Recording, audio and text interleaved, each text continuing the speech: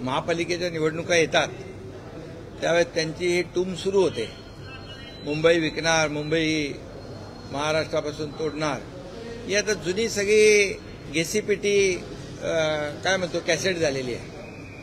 त्यामुळे आता नवीन काहीतरी त्यांना स्क्रिप्ट रायटर कोण असेल तो शोधला पाहिजे.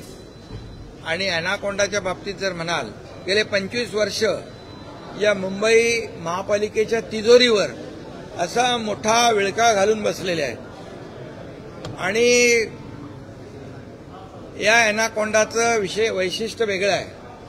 त्याचं पोट भरत नाही. म्हणजे मुंबईची तिजोरी गिळली, मुंबई गिळली, मुंबईतल्या रुग्णांची खिचडी गिळली,